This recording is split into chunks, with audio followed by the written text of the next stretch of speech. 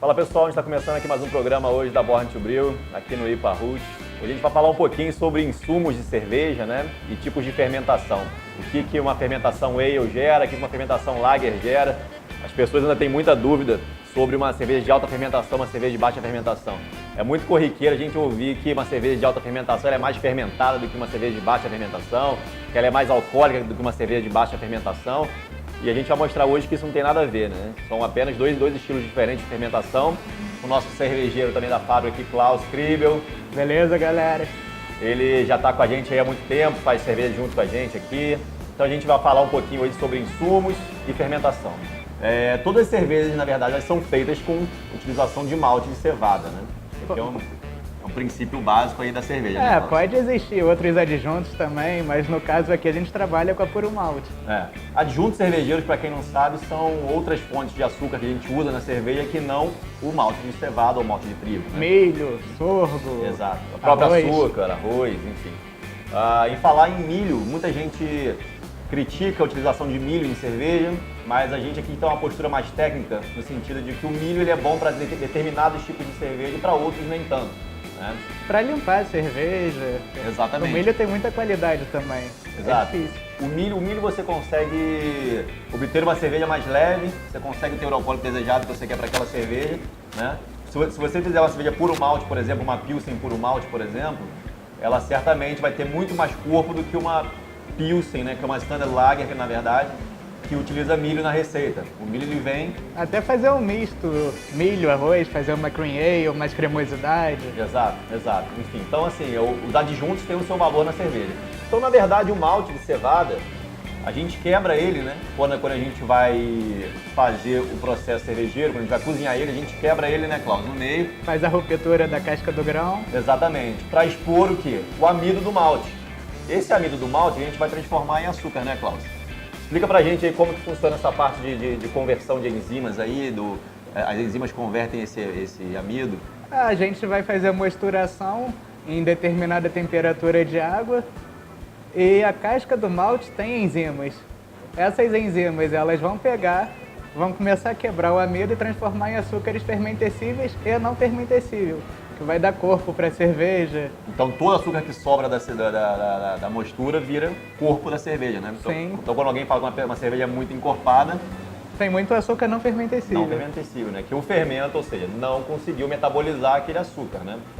O malte, então, a gente utiliza na cerveja para quê? Para dar corpo, cor, grau alcoólico. Exato. Enfim, assim, então a cor da cerveja, na verdade, ela vem da utilização do malte. A gente utiliza maltes mais claros, maltes mais torrados, maltes mais caramelizados.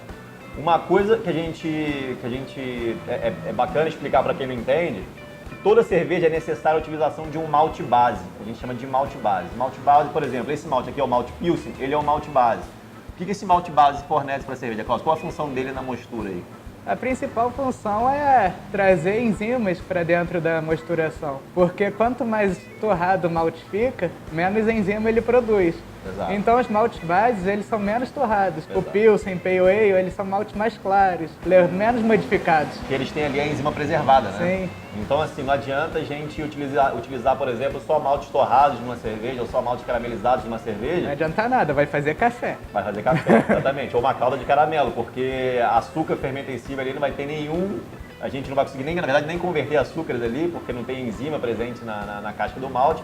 Então, assim, por mais que a gente trabalhe com uma cerveja, por exemplo, mais stout, uma cerveja escura, levou na receita dela muito malte claro, justamente para quê? Para converter esses açúcares, né?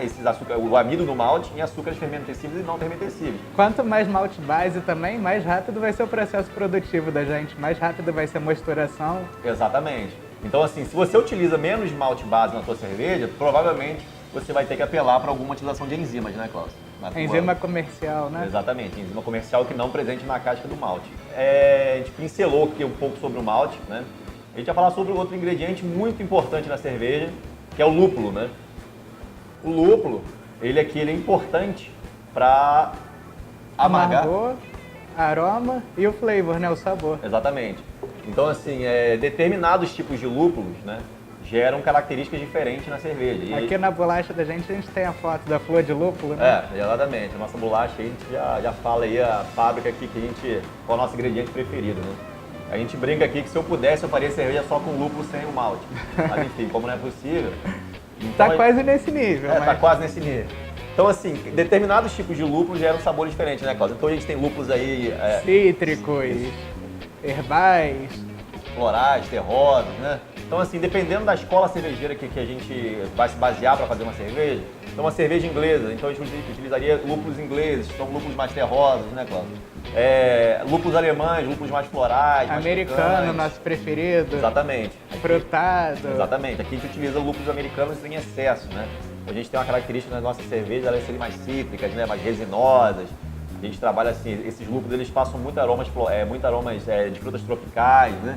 Isso, assim, para um país como o Brasil, que é um país tropical... Tem tudo a ver. Tudo a ver, né? Tudo a ver. E aí é uma tendência hoje mundial, né? A escola americana vem com muita força e os lúpulos são muito saborosos, né? Então, a gente preza muito por esse elemento, né? E a parte de amargor dele, todo amargor, na verdade não todo, mas enfim, boa parte do amargor que está na cerveja vem do lúpulo, né, Cláudio?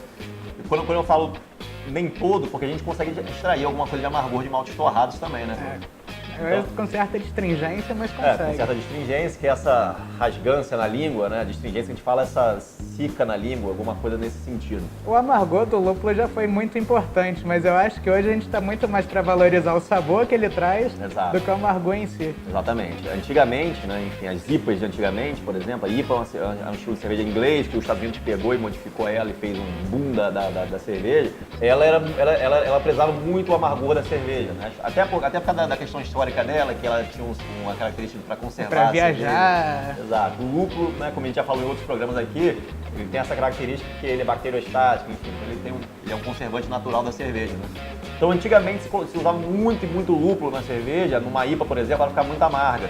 E isso, em determinado momento, né, hoje em dia, por exemplo, assim, a gente percebe no lado comercial que o lúpulo ele é muito interessante, mas mais na função de saborizar a cerveja, né, e não tanto de amargar. Então aqui, por exemplo, nas nossas IPAs, certamente para alguns cervejeiros, ela pode estar até fora do estilo, né, na questão de amargor, né, para alguns cervejeiros mais ortodoxos, mais, né, ligados de fato. A gente tirou uma licença poética também. Exato. Então assim, as nossas IPAs, elas têm um amargor legal, mas, por exemplo, elas têm a parte de sabor muito mais intensa. Né? ênfase totalmente no sabor. Exato. Então assim, outro ingrediente de suma importância que compõe a maior parte da cerveja é a água, né? Klaus, qual é a função da água na cerveja?